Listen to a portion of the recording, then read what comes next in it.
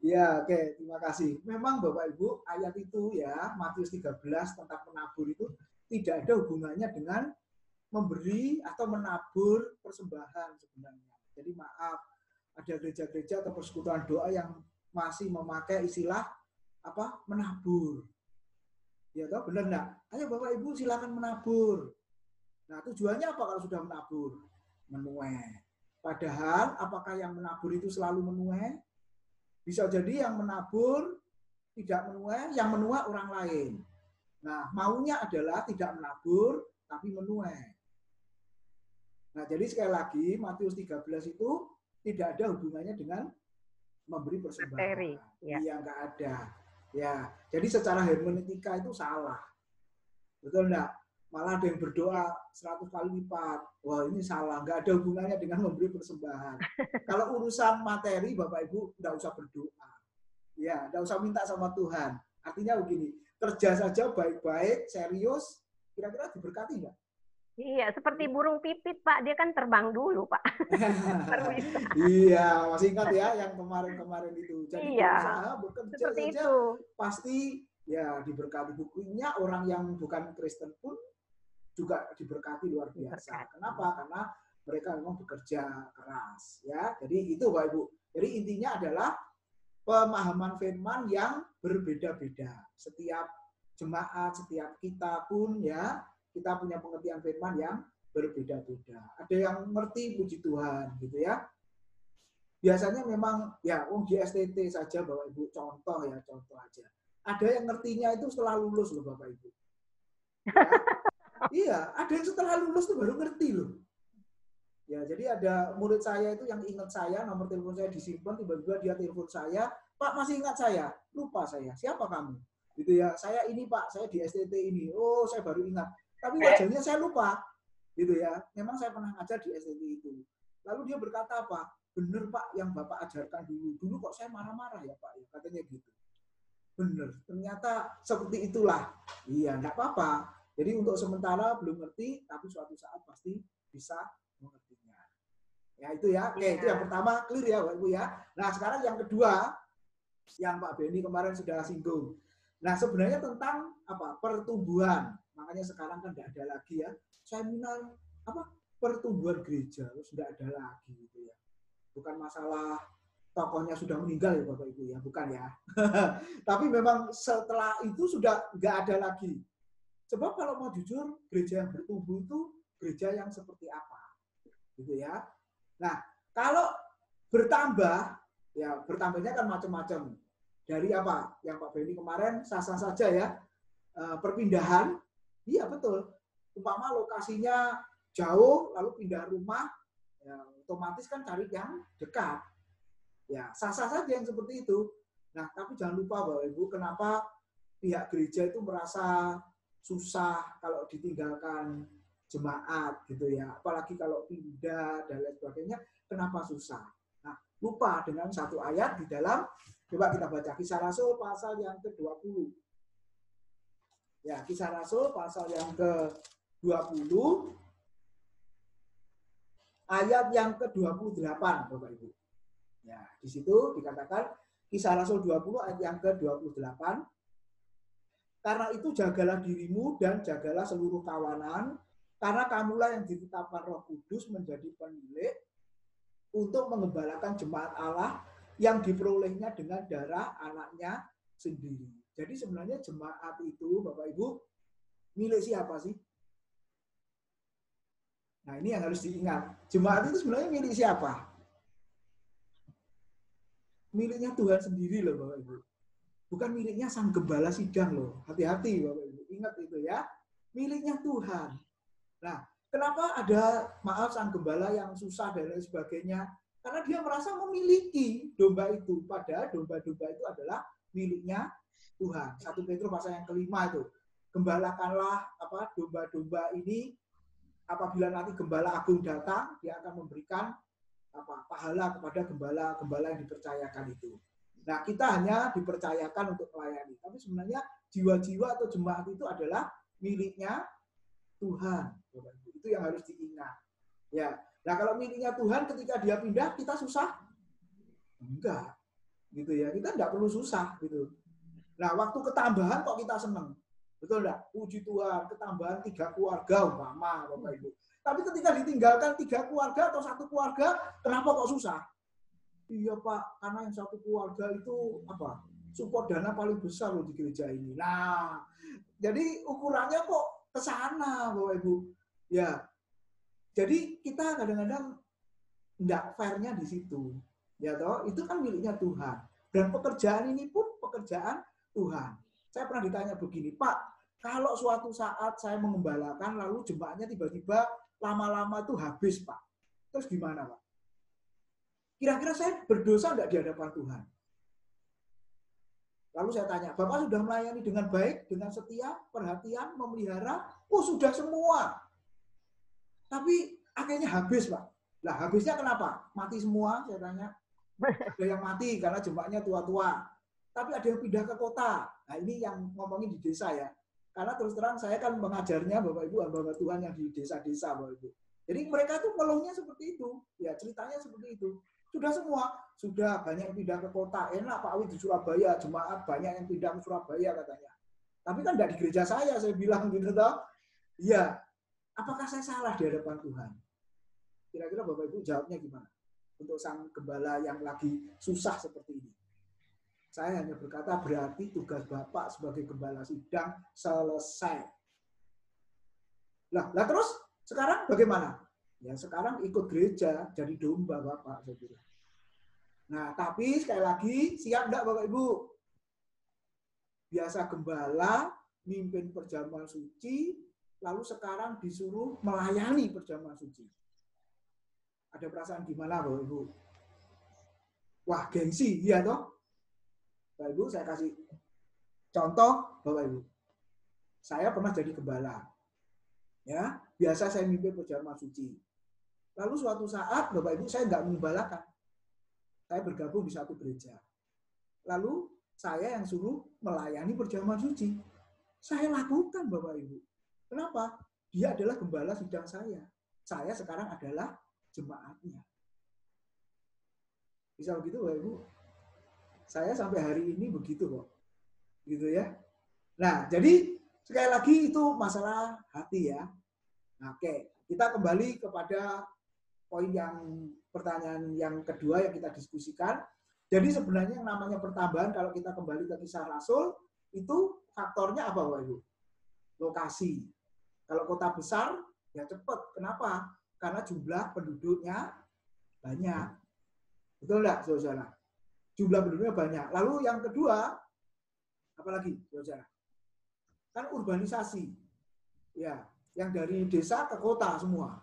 Jadi otomatis gereja di kota nggak bisa kosong. Ya, tapi yang di desa memang kasihan, lama-lama kan berkurang.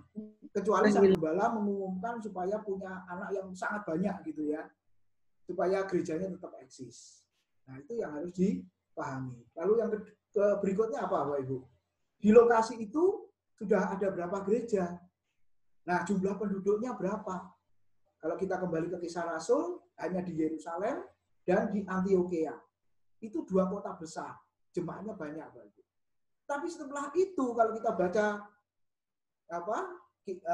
gereja di Roma, Korintus, Galatia, Efesus, Filipi, Kolose, Tesalonika, itu sebenarnya gereja rumah semua loh, Bapak Ibu. Dan rata-rata rumah zaman itu maksimum isinya berapa kalau dipakai pertemuan? 50 orang, Bapak Ibu. Jadi Bapak Ibu jangan berpikir gereja di Korintus, Efesus, Filipi itu gereja megah, gereja yang sangat besar. Tidak, Bapak Ibu.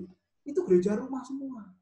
Makanya Paulus selalu mengatakan salam kepada siapa? Febe yang mengembalakan gereja rumah di Kenkrea. Priscilla, Aquila, di mana lagi? Nah, itu yang dikatakan Alkitab, Bapak Ibu. Nah, kalau begitu pertambahan masih ada. Kalau itu kota besar. Tapi kalau kota kecil, Bapak Ibu Saudara, pertambahan ya ada, tapi enggak bisa diukur. Dalam waktu katakanlah setahun jumlahnya sekian, enggak bisa, Bapak Ibu.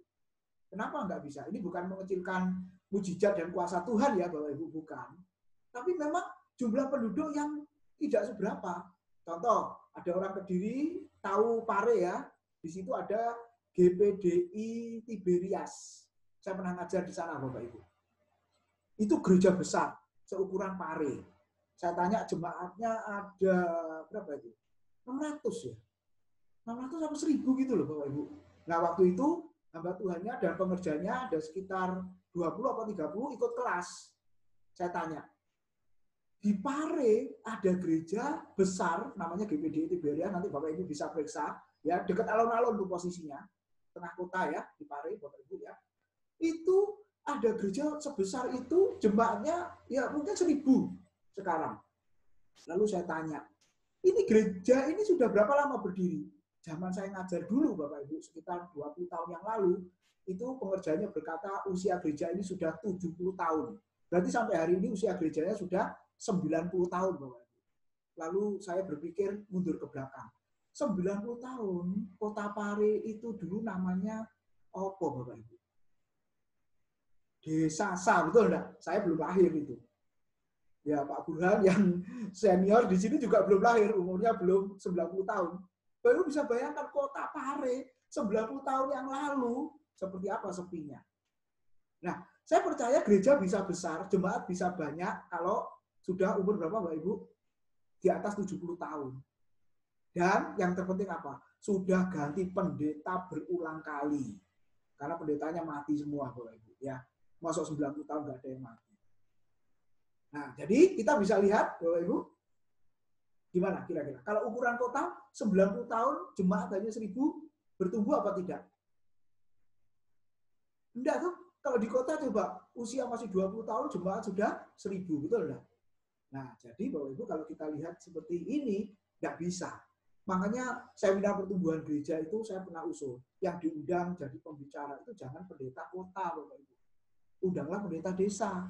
Di mana dia tekun 40 tahun, 50 tahun melayani di situ, dan jemaatnya tetap 30 orang. Kenapa? Pernah banyak, tapi ketika tahun ajaran baru, pemudanya ke kota kuliah, kerja, menikah, dan balik. Balik-balik pas Natalan saja. Syukur-syukur masing-masing memberi persembahan Natal, ya toh Bapak Ibu ya. Tapi kan lupa juga sudah. Nah gitu loh. Nah yang penting apa? Yang penting sekarang bukan pertambahan lagi, tapi yang dikatakan Alkitab adalah pertumbuhan. 2 Petrus 3:18. Bertumbuhlah dalam kasih karunia dan bertumbuhlah dalam pengenalan akan Tuhan. Apa artinya bertumbuh dalam kasih karunia? Mempraktekkan yang Pak Benny bilang kemarin, sikap hidup karakter semakin menyerupai Kristus. Nah, itu ya. Itu gereja yang bertumbuh. Jemaat yang bertumbuh, Bapak Ibu. Walaupun jumlahnya 40, tapi pemuritannya jalan. Jemaat ini benar-benar hidupnya ya punya komitmen loyalitas kepada Kristus. Wah, itu bertumbuh. Dan yang terpenting apa? Pengertian firman-Nya juga semakin bertambah-tambah. Nah, itu gereja yang bertumbuh. Oke, silakan dari Bapak Ibu yang akan memberikan komentarnya. Silakan Bapak Ibu. Ya, saya setuju Pak Wid Ya. yang disampaikan Pak Wid. Bukan cuma sih. Sekarang ini saya karena dari kota besar ke kota kecil juga, itu saya melihat rata-rata Pak Wid. Ya nggak tahu ya, mudah-mudahan ini nggak benar tapi pengalaman yang saya amati di Tulungagung dan sekitarnya kayak Trenggalek, Blitar dan segala macam, itu gereja-gereja kecil itu masuk dalam zona nyaman Pak Wid. Zona nyaman, ya. Ya, zona nyaman dalam arti spirit penginjilan, spirit penjangkauan jiwa-jiwa itu sudah mulai luntur gitu, sehingga ya mereka rata-rata jemaat yang ada itu lah jemaat turun-temurun begitu, dari neneknya ke anaknya ke cucunya seperti itu gitu Pak. Jadi dan mereka rata-rata yang saya lihat merasa dengan kondisi seperti ini sudah cukup begitu. Jadi makanya itu yang saya ngomong, pertumbuhan gerejanya itu bagaimana, dilihatnya dari sisi apa begitu Pak Wid. Dan ini banyak Pak, kalau Bapak lihat di sekitaran di daerah-daerah ya, kita nggak ngomong kota besar, terutama yang di daerah-daerah itu rata-rata saya melihatnya sih seperti itu begitu. Jadi tidak apa ya nyaman lah dengan kondisi sekarang, hidup dengan segini aja sudah cukup, apa segala macam, buat apa yang aneh-aneh lagi, maksud buat apa ya berjalan aja lah, ibadah minggu rutin apa segala macam seperti itu, mungkin seperti itu sehingga akhirnya untuk menjangkau jiwa-jiwa yang belum mengenal Tuhan itu juga agak kurang gitu loh Pak Wid, intinya seperti itu. Jadi yang saya bilang ya akhirnya gereja nggak ada pertumbuhan secara maksimal, dalam arti ya begitu Pak Wid. Ya. Oke, memang kadang kalau sudah enak gitu ya, sebenarnya bahaya. Kalau kita kembali ke Kisah Rasul pasal yang ke-8 itu, Tuhan nanti akan mengizinkan yang namanya penganiayaan. Nah, ketika Tuhan izinkan penganiayaan, Bapak Ibu ya, itu akhirnya mereka menginjil, terpaksa menginjil. Nah, gitu ya. Akhirnya terpaksa menginjil, Bapak Ibu. Nah, makanya kita kalau sudah lihat gereja yang sudah mapan gitu ya, nah kadang-kadang lupa itu. Nah, kita terus istilahnya diingatkan, ya, mengingatkan juga. Ya, jangan sampai sudah merasa enak. Pokoknya ingat aja kalau sudah merasa enak, nggak berbuat apa-apa, itu sebenarnya bahaya. Gitu ya, bahaya. Sebentar lagi pasti Tuhan akan mengizinkan yang namanya penganiayaan. Nah, terus terpaksa akhirnya menginjil. Ya, terpaksa menginjil. Nah, itu jemaat di Yerusalem. Nah, bandingkan dengan Kisah Rasul 13, jemaat di Antiokhia. Beda. Kalau jemaat di Antiokhia itu boleh disebut jemaat yang misioner. Tahu, ngerti tanggung jawabnya. Nah, akhirnya mengutus Paulus dan Barnabas untuk menginjil. Nah, seperti itu ya. Seperti itu. Oke. Kira-kira itu dulu. Nah, yang terakhir, yang ketiga. Nah, yang Pak Eki kemarin pernah singgung ya. Jadi itu ya Pak Beni dan juga yang lain, atau mungkin mau menanggapi yang lain silakan Bapak Ibu. Tentang pertumbuhan gereja. Jadi sekarang kita nggak bisa mengukur, kalau banyak itu bertumbuh. Nah sekarang kalau masa pandemi seperti ini Bapak Ibu, gedung yang besar kosong. Kosong loh Bapak Ibu. Ayo. Ya, saya mau nambahkan sedikit soal pertumbuhan. Jadi saya teringat pengalaman saya di Kalimantan, khususnya di Balikpapan. Ya katakanlah saya pulang kampung gitu ya. Nah itu di lingkungan rumah saya itu ya radius 1 kilometer itu mungkin sudah ada puluhan gereja di situ. Nah gereja masa kecil saya itu di belakangnya itu ada gereja, di atas ada gereja lagi. Kalau nggak salah di atas gereja saya itu ada GPIB, kemudian di atasnya lagi ada HKBP, kemudian ada GPSI. Sementara gereja masa kecil saya itu GBIS. Nah, kemudian ada satu gereja dari Surabaya yang besar, yang terkenal di Surabaya, buka cabang di Balikpapan. Nah, dia buka cabang itu di antara gereja masa kecil saya dengan gereja GPIB. Jadi di tengah-tengah. Saya berpikir kenapa dia tidak buka di daerah-daerah yang lain. Padahal di sekitar saya itu 1 kilometer dari rumah saya itu sudah banyak sekali gereja. Kenapa dia tidak buka gereja-gereja yang menjauh lah, atau di daerah-daerah yang tidak ada gereja atau kurang gereja? Justru dia di gereja masa kecil saya ada GPIB, kemudian dia sebelum gereja saya, sebelum di bawah GPIB itu persis gereja dia buka. Nah ini membuat saya akhirnya banyak teman-teman saya yang berpindah, akhirnya pindah semua ke sana. Karena memang gereja ini gereja menarik. Gereja yang menarik itu apakah itu bisa dikatakan pertumbuhan gereja? Itu yang pertama. Nah, yang kedua, satu kali gembala sidang saya, ya sekarang almarhum, sudah beliau almarhum, itu menyuruh saya supaya saya membuka cabang di gereja, buka cabang di lingkungan sekitar. Saya bilang sama dia, untuk apa kita buka gereja lagi? Toh di lingkungan kita sudah terlalu banyak gereja.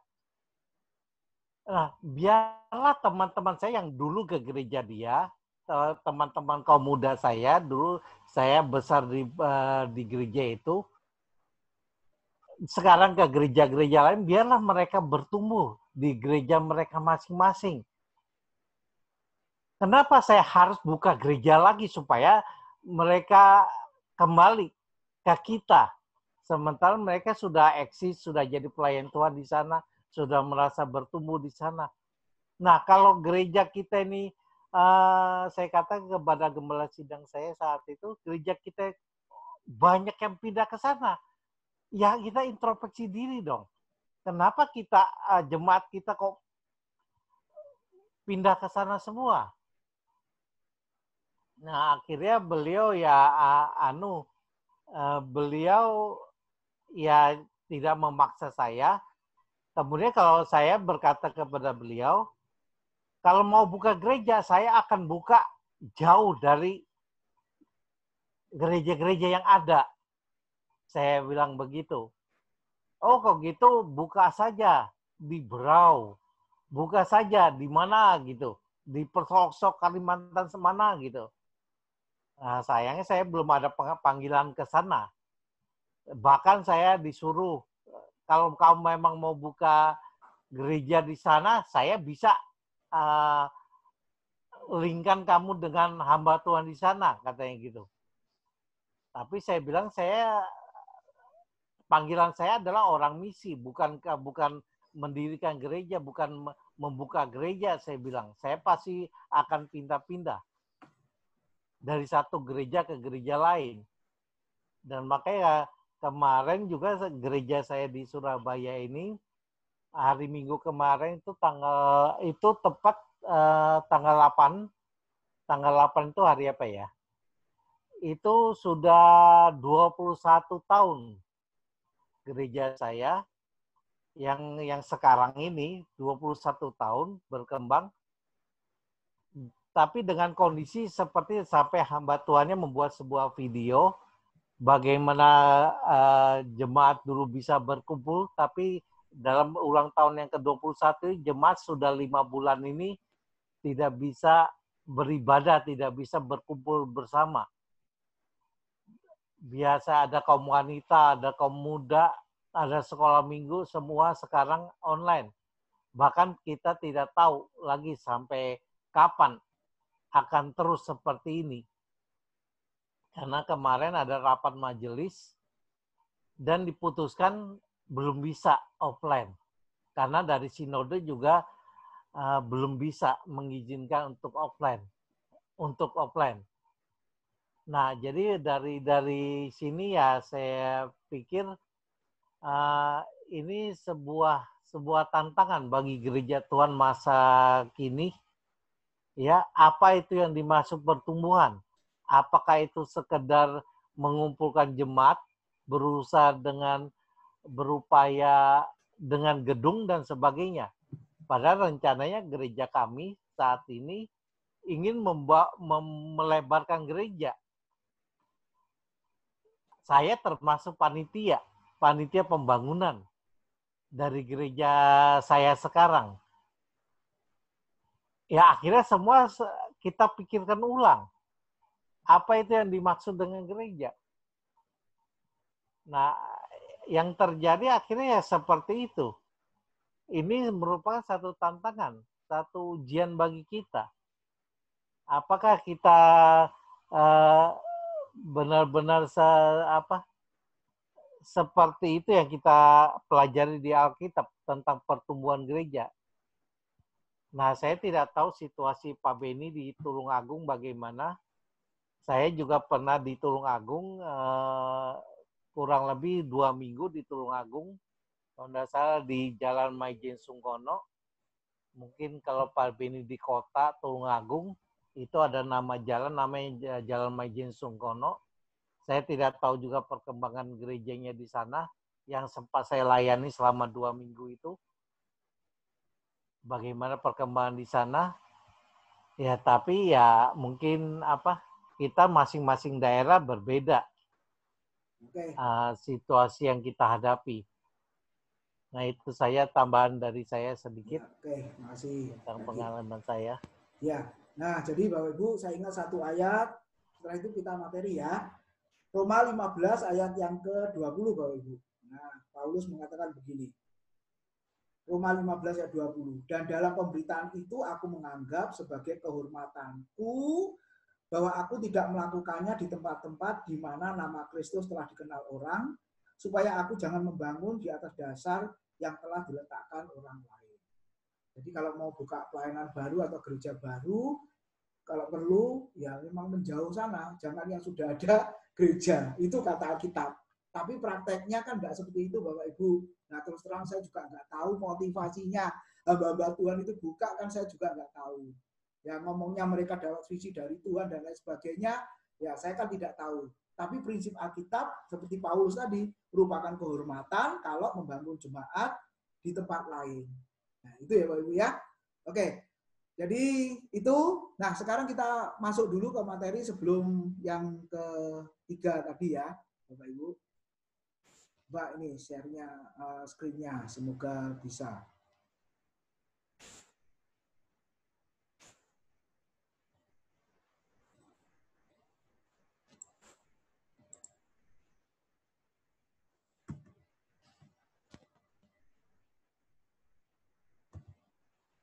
Ya, nah Bapak Ibu tentang pukat ada di dalam Injil Matius tadi ya. Matius 13 ayat 47 sampai dengan ayat yang ke-50 Bapak Ibu. Pukat atau jala. Dan ini hanya ada di dalam Injil Matius Bapak Ibu ya. Nah bunyi ayatnya seperti ini. Demikian pula hal kerajaan surga itu seumpama pukat yang dilabuhkan di laut, ia mengumpulkan lalu mengumpulkan berbagai jenis ikan. Setelah penuh, pukat itu pun diseret orang ke pantai, lalu diulah mereka dan mengumpulkan ikan yang baik ke dalam pasu dan ikan yang tidak baik mereka buang. Demikian juga pada akhir zaman, malaikat-malaikat akan datang memisahkan orang jahat dari orang benar, lalu mencampakkan orang jahat ke dalam dapur api. Di sanalah akan terdapat ratapan dan kertak gigi. Nah, Bapak Ibu, nah perumpamaan tentang pukat ini sama dengan perumpamaan lalang dan gandum yang penafsirannya difokuskan kepada hari penghakiman, ya. Nah, kita lihat jala yang dipakai murid-murid Tuhan zaman itu tingginya 2 meter, lebarnya 100-an meter.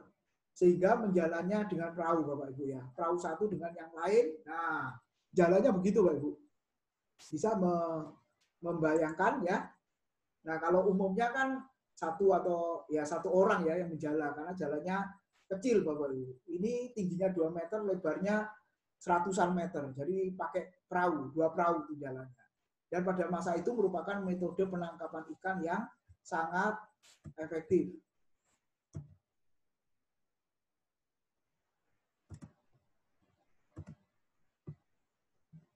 Nah, untuk menggunakan pukat dibutuhkan kerjasama dari 6 orang atau lebih. Nah, ada ikan yang haram atau yang halal. Itu yang disebut Alkitab tadi, ikan yang tidak baik, Bapak Ibu. Ya, jadi kita berpikir ikan yang tidak baik itu bukan ikan yang busuk ya, yang mati bukan, tapi ikan yang haram, Bapak Ibu.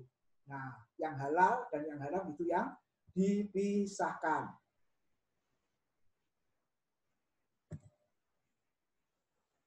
Nah, perumpamaan tentang pukat ini untuk menggambarkan hari penghakiman.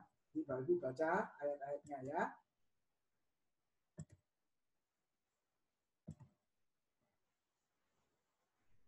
Nah, demikian juga pada akhir zaman malaikat-malaikat akan datang memisahkan orang jahat dari orang benar, lalu mencampakkan orang jahat ke dalam dapur api. Di sana akan terdapat ratapan dan kertakan gigi. Masih ingat perumpamaan tentang lalang di antara gandum, Bapak Ibu? Nah, hamba-hambanya mau mencabut lalang itu, tapi tuannya berkata, jangan kau cabut. Nanti kalau lalang dicabut, gandumnya ikut tercabut. Nah, lalangnya memang mirip dengan gandum. Nah, biarkan saja waktu musim menuai. Nah, perumpamaan itu sama dengan yang kita pelajari ini ya. Nanti waktu hari penghakiman, maka dipisahkan. Nah, tadi yang diumpamakan ikan yang baik dipisahkan dengan ikan yang tidak baik. Yang haram dengan yang halal dipisahkan. Demikian juga orang jahat dengan orang benar dipisahkan. Nah, sekarang memang kita tidak tahu. Makanya ada pesan selalu berkata apa? Jangan menghakimi, jangan menilai.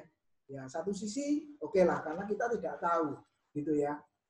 Menurut kita orang itu kok seperti itu, lalu kita nilai, kita hakimi. Ya, tapi Bapak Ibu sebenarnya yang dimaksud jangan menghakimi apa yang seperti itu. Ya, kalau Bapak Ibu renungan lebih jauh lagi, bukan Bapak Ibu. Menilai, memuji itu boleh, gitu ya. Ya, tapi kalau belum melihat apa istilahnya buah pelayanan atau apa ya, Bapak Ibu hanya sepintas saja, memang tidak boleh kita menilainya. Pasti penilaian kita bisa salah, kan seperti itu. Oke, tapi intinya nanti pada hari penghakiman. Nah, bukankah pengikut Yesus adalah penjala? Tuhan pernah berkata kepada penjala ikan, yaitu Petrus, Yakobus, dan Yohanes, mari ikutlah aku, dan kamu akan kujadikan penjala manusia. Nah, Bapak Ibu, kita bagaikan orang-orang atau nelayan yang menaburkan pukat atau jala itu tadi. Nah, artinya apa di situ kalau kita lihat? Kita tidak dapat memilih kapan dan kepada siapa. Nah, ini maknanya Bapak Ibu ya. Memberitakan Injil. Kita tidak dapat memilih kapan dan kepada siapa ya memberitakan Injil. Nah, artinya apa, Saudara? Dimanapun ya, kepada siapapun. Kan kita nggak bisa pilih, oh siapa tahu si A akhirnya percaya Tuhan, si B percaya Tuhan. Bisa begitu Bapak Ibu? Saya pikir tidak. Ya, intinya ya tetap beritakan saja, sama seperti kita taburkan jala begitu ya. Ikan model apa saja nanti yang ketangkap ya itu. Nah, sama ketika Injil kita beritakan, Bapak Ibu kita tidak tahu mereka akhirnya meresponi Injil apa tidak, begitu ya. Setiap saat, setiap waktu, ya kita beritakan saja. Nah, itu tugas kita ya, tugas kita. Oke, yang kedua, pergi ke jalan-jalan dan mengumpulkan semua orang yang ditemui, baik ataupun jahat. Betul ya? Tidak peduli orang seperti apa, ya. Lalu kita beritakan itu, seperti kita sebagai nelayan itu tadi. Nah, di dalam perumpamaan tentang pukat, nelayan menebar jalannya, mengumpulkan tangkapannya dan memisahkan ikan-ikannya. Malaikat yang datang dan memisahkan orang yang jahat dari orang yang benar. Nantinya seperti itu.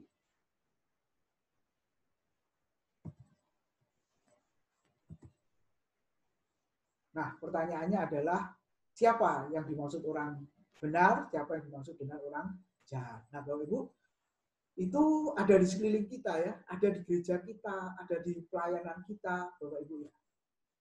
Orang yang di luarnya setia kepada gereja, tetapi di dalamnya tidak mempunyai hubungan dengan gereja yang benar, Bapak Ibu renungkan, gitu ya. Orang yang di luarnya setia kepada gereja, tetapi di dalamnya tidak mempunyai hubungan dengan benar, dengan gereja yang benar. Memang sekali lagi kita tidak bisa berkata gereja A, B, C, gereja yang salah, gereja yang benar, dan lain sebagainya.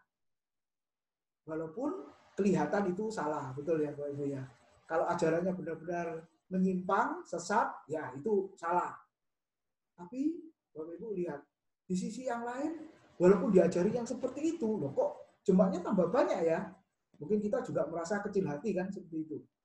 Bapak Ibu.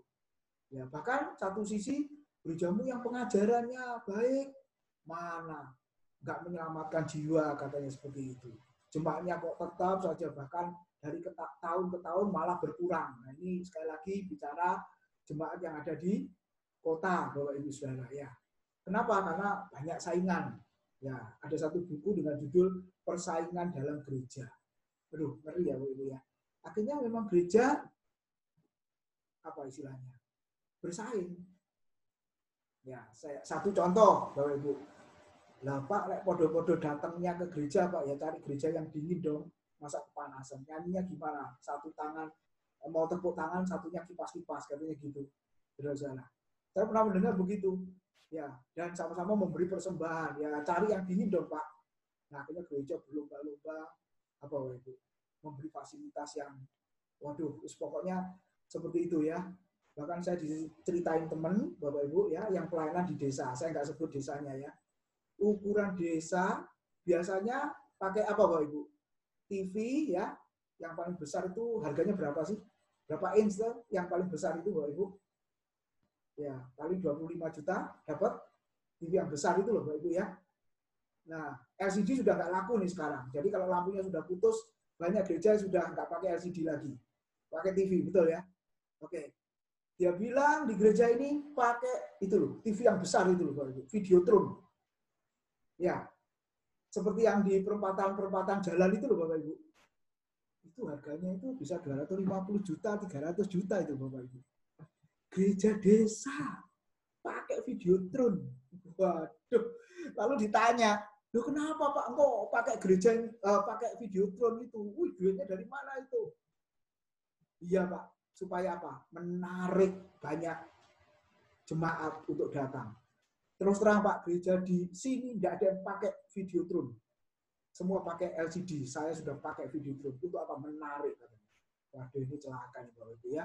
Motivasinya sudah lain itu ya. Nah, Bapak Ibu, yang seperti ini ya gimana kira-kira ya? Nah, di luarnya baik, tapi kita nggak tahu di dalamnya. Yang tahu motivasi kan hanya Tuhan, yang tahu hatinya kan Tuhan. Dia melakukan pelayanan atau istilahnya membentuk gerejanya sedemikian rupa, nggak tahu tujuannya apa. Oh, Ibu, berlomba-lomba seperti itu. Nah, hati-hati. Memang sekali lagi kita nggak bisa menilai. Tapi Bapak Ibu lihatlah kalau sudah motivasinya yang seperti itu kan nggak benar gitu ya. Oke, saya juga pernah diberitahu ketika pelayanan di desa juga. Pak, ini speaker, mixer, musik ya, mic ganti semua, Pak. Made in Genteng, Pasar Genteng, Surabaya ya, ganti semua. Waduh, ganti apa Pak? Saya nggak tanya loh Bapak Ibu. Iya, ini ganti yang harganya berapa ratus juta gitu loh. Satu set lengkap itu hampir 200 juta. Kak pikir ini ukuran desa. Seperti itu, buat apa? Iya Pak, supaya suaranya nggak nganging-nganging gitu katanya ya. Dan supaya ya itu Pak menarik itu. Bahwa alat kita itu lebih baik dibanding yang lain. Bapak Ibu, orang-orang yang seperti ini lupa. Gereja di Kisah Rasul itu tidak pakai gitu-gitu semua. Yang menyebabkan orang datang beribadah, ya datang kepada Tuhan, itu bukan, Bapak Ibu, fasilitas-fasilitas yang seperti itu. Ingat, Tuhan mengatakan apa? Kalau aku ditinggikan, maka banyak orang akan datang kepadaku. Kapan Tuhan Yesus ditinggikan, Bapak Ibu? Khotbah meninggikan Kristus. Kapan? Tentang apa khotbah yang meninggikan Kristus? Kapan Yesus ditinggikan? Bukan waktu dia lahir, Bapak Ibu. Waktu dia mati di atas kayu salib, itulah dia ditinggikan.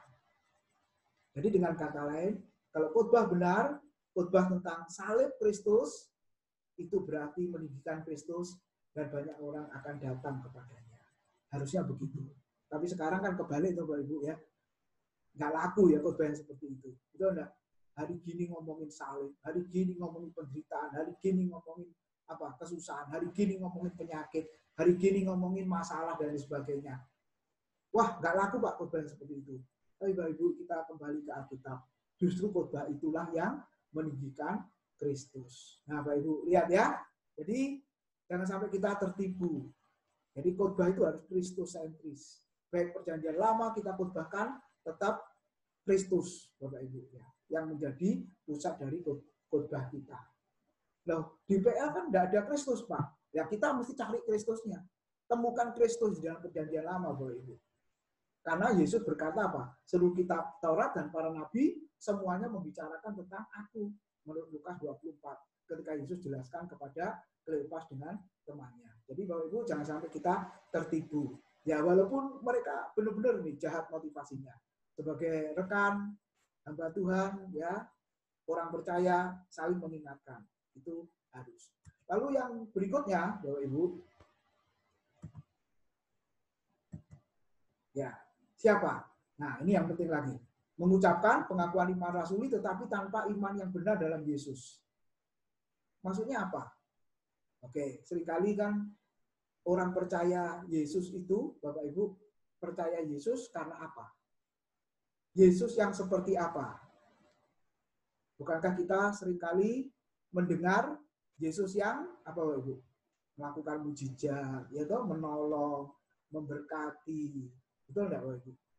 Ya, intinya yang kita doakan lalu dipenuhi oleh Tuhan, yang kita minta lalu dikabulkan oleh Tuhan. Nah, Bapak Ibu, itu apakah benar percaya kepada Yesus Alkitab, Bapak Ibu? Ya, sebenarnya itu malah nggak percaya kepada Yesus. Ya, kenapa? Berarti dia menciptakan yang namanya Yesus, tapi sebenarnya itu bukan Yesus yang tertulis di dalam Alkitab. Dengan kata lain apa? Orang Kristen yang seperti ini. Ya, bukan bergantung dan berharap kepada Yesus, tapi istilahnya apa?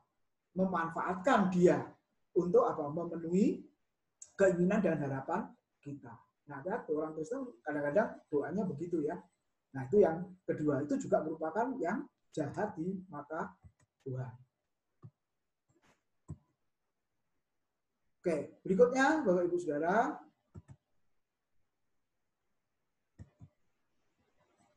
Nah, kita sudah bahas Bapak Ibu di Matius pasal yang ke-13 kemarin.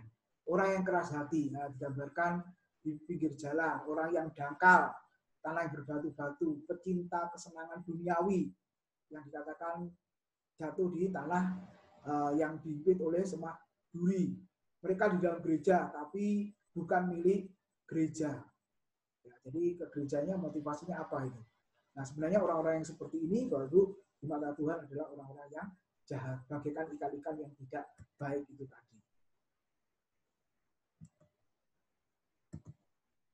Nah, jadi kesimpulannya adalah dari perumpamaan tentang buka. Sebagai murid Kristus, pergilah dan lakukanlah tugas pemberitaan Injil.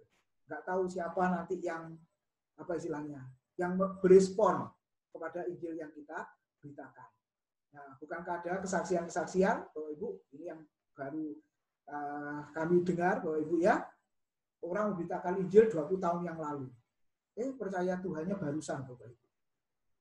Akhirnya orang ngaku, iya dulu kamu memberitakan Injil kepadaku, ya, nggak pernah aku respon dengan baik, malah tak tertawakan. Sekarang sudah mulai tua, aku bisa percaya kepada Tuhan. Saya ingat kamu pernah memberitakan Injil, memberitakan Yesus. Loh, ada yang begitu loh, Bapak Ibu. Jadi intinya apa? Jangan berkecil hati ketika kita memberitakan seolah-olah hari itu nggak ada yang berespon. Biarin, Bapak Ibu. Ya, Tuhan yang memberi pertumbuhan. Benih iman, benih Injil kita taburkan, Bapak Ibu ya, nanti Tuhan yang akan memberi pertumbuhan. Lalu berikutnya apa? Ajalah orang ke gereja atau persekutuan yang benar. Untuk apa? Pertumbuhan imannya. Nah, saya masih ingat Pak Beni yang lalu pernah ngomong ya. Nah, kalau di situ nggak bertumbuh, Pak, kan boleh pindah. Oh, boleh. Nggak, Ibu, boleh. Buat apa di situ ya? Nggak bertumbuh imannya. Boleh. Oke. Lalu, Bapak Ibu, kalau kita lihat berikutnya, ya, ingatlah untuk hidup dalam iman dan pertobatan. Matius 18 ayat 3. Coba kita baca. Ternyata Tuhan mengajarkan kita, memerintahkan kita untuk terus-menerus hidup dalam iman dan pertobatan. Apa artinya? Coba Matius 18 ayat yang ketiga. Di situ dikatakan apa? Lalu berkata, Yesus berkata, aku berkata kepadamu, sesungguhnya jika kamu tidak bertobat dan menjadi seperti anak kecil ini, kamu tidak akan masuk ke dalam kerajaan surga. Maksudnya apa ini, saudara? Sesungguhnya jika kamu tidak bertobat. Waktu itu Yesus berkata kepada para murid. Apa artinya bertobat seperti ini? Oke, yang pertama, seringkali orang berkata apa? Aku bertobat, Pak, kapan? Sejak percaya Yesus. Betul enggak? Jadi ketika ada orang yang percaya Yesus, itu dinamakan apa? Bertobat. Betul ya? Dulu sebelum bertobat, artinya dulu sebelum percaya Tuhan. Tapi ini konteksnya adalah para murid, Bapak Ibu. Pertanyaannya apa? Para murid belum pernah bertobat sampai Tuhan mengatakan jika kamu tidak bertobat. Ternyata terjemahan lain mengatakan, terjemahan ILT ya, bukan bertobat, Bapak Ibu. Tapi jika kamu tidak berubah. Nah, ini yang lebih tepat ya terjemahannya ya. Jikalau kamu tidak terus-menerus, nah ini tensisnya adalah terus-menerus berubah. Berubah ke arah seperti Kristus. Sikap hidup dan karakternya seperti Kristus. Semakin serupa dengan Kristus. Nah, saya percaya orang yang sudah lahir baru, Bapak Ibu, orang yang sudah percaya Tuhan Yesus, pasti hidupnya semakin diubahkan. Semakin lebih baik lagi. Nah, ini yang dimaksud. Oke, lalu yang terakhir, arahkanlah kepada hari penghakiman. Nah, kapan penghakiman itu, Bapak Ibu? Mungkin kita berpikir besok. Ya, oke, waktu dia datang kembali, Tuhan datang kembali. Tapi Bapak Ibu, kita ingat satu ayat di dalam Yohanes 12 ayat 47 dan 48. Kapan penghakiman itu dimulai? Jawabannya sekarang, Bapak Ibu. Lalu penghakiman akhir itu untuk apa? Nah, nanti kita lihat, kita simpulkan. Yohanes 12 ayat 47 dan 48. Dan jikalau seorang mendengar perkataanku, tetapi tidak melakukannya, aku tidak menjadi hakimnya. Sebab aku datang bukan untuk menghakimi dunia, melainkan untuk menyelamatkannya. Barang siapa menolak aku dan tidak menerima perkataanku, ia sudah ada hakimnya, yaitu firman yang telah kukatakan, itulah yang akan menjadi hakimnya pada akhir zaman. Jadi Bapak Ibu, kapan penghakiman itu dimulai? Sekarang. Melalui apa? Firman yang kita dengar, firman yang kita pelajari, Bapak Ibu, ketika kita salah, firman menegur kita, lalu kita kembali, kita berubah. Gitu ya. Firman yang dikatakan, yang kita dengar, yang kita khotbahkan, nah itu yang menghakimi kita supaya kita semakin baik, semakin berkenan di hadapan Tuhan. Nah, nanti waktu penghakiman akhir, Bapak Ibu, itu hanya untuk menentukan derajat upahnya, bukan salah benar lagi, bukan. Ingat ya, ketika orang itu diputuskan, ya, ini divonis 12 tahun. Nah, sebelum masuk vonis 12 tahun, Bapak Ibu, itu kan ada sidang pertama, kedua, ketiga, betul ya? Nah, waktu sidang pertama, kedua, ketiga, itu bukankah juga penghakiman, Bapak? Nah, sampai pada akhirnya diputuskan sekian, ya sudah, jalani. Nah, demikian juga, Bapak Ibu. Hari-hari yang kita lalui ini sebenarnya masa yang dikatakan apa? Penghakiman itu tadi. Melalui firman yang kita dengar, yang kita pelajari supaya kita diubahkan, diperbaiki supaya lebih baik. Dan nanti pada saatnya kita akan menerima upah yang disediakan oleh Tuhan. Amin, Bapak Ibu. Ini materi tentang pukat. Nah, sekarang silakan Bapak Ibu, sebelum atau kita melanjutkan yang kemarin, Bapak Ibu. Masih ingat yang dikatakan Pak Eki kemarin itu, ya, di dalam Injil Matius ya. Coba kita baca. Setelah itu silakan Bapak Ibu mendiskusikannya. Di dalam Matius pasal yang ke-7 ayat yang ke-6. Ya. Janganlah kamu memberikan barang yang kudus kepada anjing, dan janganlah kamu melemparkan mutiaramu kepada babi, supaya jangan diinjak-injaknya dengan kakinya, lalu ia berbalik mengoyak kamu. Ya, silakan di antara Bapak Ibu yang mau apa istilahnya memberikan pendapatnya tentang hal ini. Silakan Bapak Ibu. Ya, selamat malam, ya, Pak Tim. Ya, Bu. Apa ini? Ini saya bertanya, Pak, ya. Ya. Okay. Mau bertanya, Pak, bukan membahas Matius 7, Pak, ya. Bisa, Pak, ya? Boleh, ya, boleh. Ya. Tadi di dalam Yohanes pasal 12 ayat 48, ya. Tadi dikatakan ada dua kata yang menarik, itu tentang penghakiman dan akhir zaman. Ya. Pak Tim bilang kalau penghakiman ya dimulai dari sekarang ini. Lalu akhir zaman ini kapan, Pak? Apakah tidak berbarengan dengan penghakiman? Akhir zaman ini kapan? Karena sering disebutkan dalam Alkitab. Apakah sejak itu diucapkan Tuhan Yesus atau para murid, atau sejak itu ditulis, atau kapan, Pak? Itu saja, Pak. Terima kasih. Terima kasih, Bu Meta. Ya, Bapak Ibu. Memang kadang ditulis akhir zaman, lalu pernah ditulis juga zaman akhir. Ibu pernah baca nggak di Alkitab? Ada akhir zaman, ada zaman akhir. Kok dibolak-balik ya? Ya, kita lihat Ibrani pasal 1 ya. Ibrani pasal 1 ayat 1 dan 2. Nah, di situ dikatakan, setelah pada zaman dahulu Allah berulang kali dan dalam berbagai cara berbicara kepada nenek moyang kita dengan perantara nabi-nabi, maka pada zaman akhir ini ia telah berbicara kepada kita dengan perantara anaknya yang telah ia tetapkan sebagai yang berhak menerima segala yang ada. Oleh dia Allah telah menjadikan alam semesta. Ya, ada dua zaman.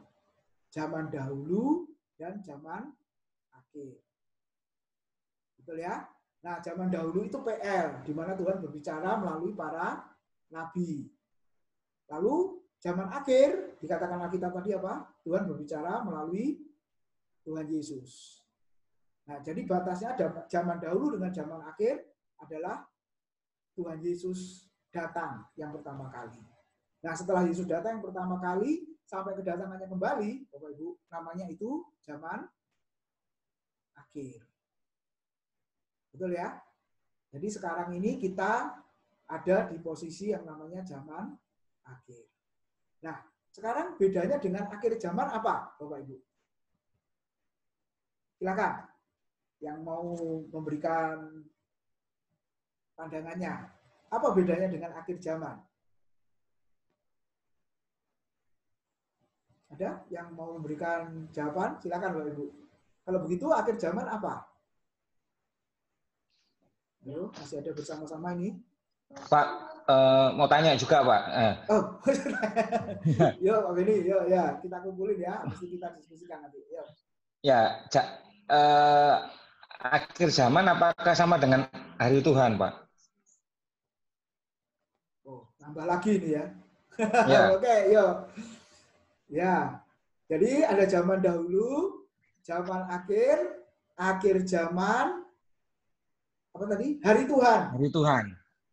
Nah, hari Tuhan. Lagu sekolah minggu. Hari ini harinya Tuhan. Harinya Tuhan. Ya. Hari Senin harinya Tuhan. Hari Selasa harinya Tuhan. Semua hari harinya Tuhan. Yuk, silakan Bapak Ibu.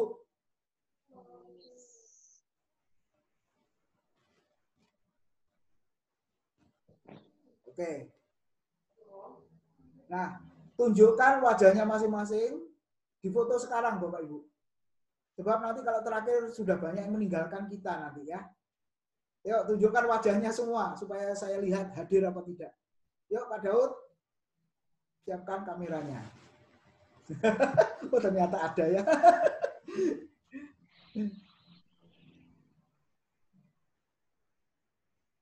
Yuk, Pak Daud, di foto, Pak. Supaya nggak tegang.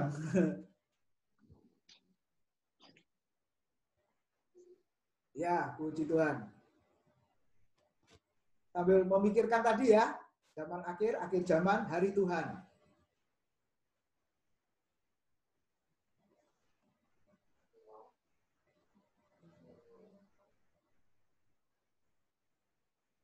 Sudah, Pak? Sudah? Oke, sudah, Bapak Ibu. Ini pakai bahasa batin ya. Karena mute tadi ya. Nah, tapi tahu, sudah. Nanti habis itu dikirim di grup. Ayo, Bapak Ibu, silakan. Nah, gini kan seger toh. Oke, zaman dahulu, zaman akhir, hari Tuhan. Sama atau beda ini? Silakan, kalau ada yang memberikan jawabannya, masukannya. Jadi anak sekolah minggu waktu nyanyi hari ini harinya Tuhan itu kira-kira gimana ya? Alkitabiah apa tidak itu? Saya dulu ya pernah sekolah minggu diajarin gurunya begitu. Kayaknya Pak Nahu pernah ngajar saya ini dulu di sekolah minggu.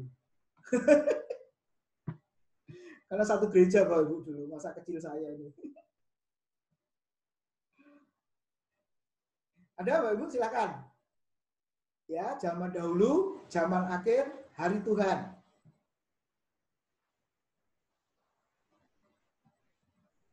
Ya, ada Bapak Ibu? Silakan. Yuk, satu dulu.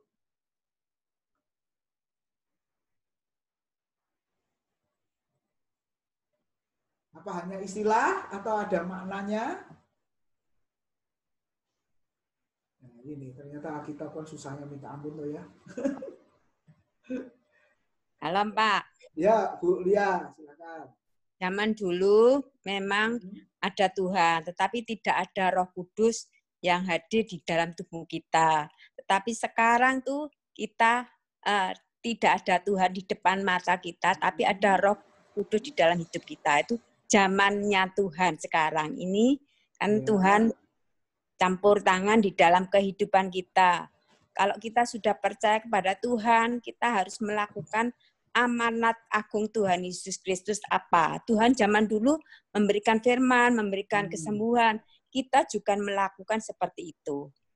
Terima kasih, Pak. Ya, makasih. Jadi, zaman dahulu ada Tuhan, ya ini maksudnya Tuhan Yesus hidup di antara para murid ya. Ya. Kita sekarang nggak ada Tuhan secara fisik, tapi ada Roh Kudus yang tinggal dalam hidup kita. Oke, ya, makasih. Ya. Yang lain, Bapak Ibu, silakan.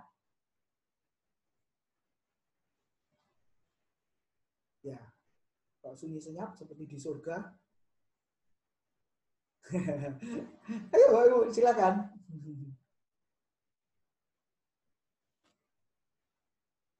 Oh, sudah. Ya wes Pak Tim masing jawab ya, gitu ya.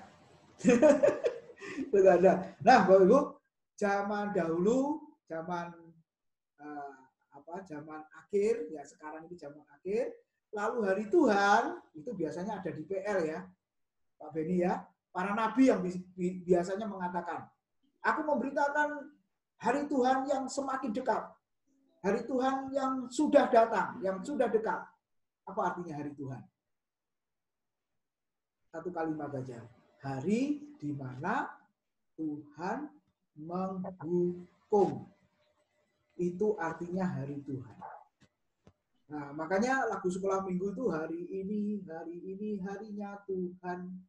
Itu sebenarnya hari di mana Tuhan menghukum, Bapak Ibu. Nah, itu makna teologisnya begitu. Nah, mungkin guru sekolah minggunya belum belajar, jadi nggak tahu, Bapak Ibu ya. Sehingga nyanyinya ya sudah semua hari harinya Tuhan. Betul, semua hari harinya Tuhan.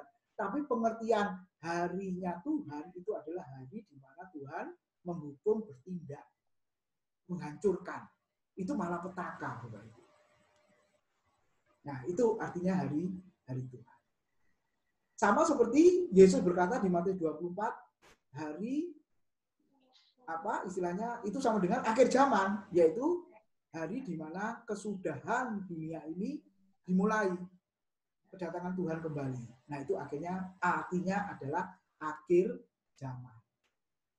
Satu kali, Bapak Ibu. Di mana Tuhan hadir lalu menghukum dunia ini. Tapi orang-orang benar ya dipisahkan dengan yang kambing dan domba itu ya. Nah, bersama dengan Tuhan. Ya. Itu, Bapak Ibu. Nah, silakan kalau ada yang menanggapinya. Pak Tim mau ya, saya menjawab, hanya sedikit ragu-ragu. Oh, ragu. Takut salah gitu. Hanya ini yang saya tangkap ini. Akhir zaman itu kayak perwujudan kasih Allah akan dunia ini.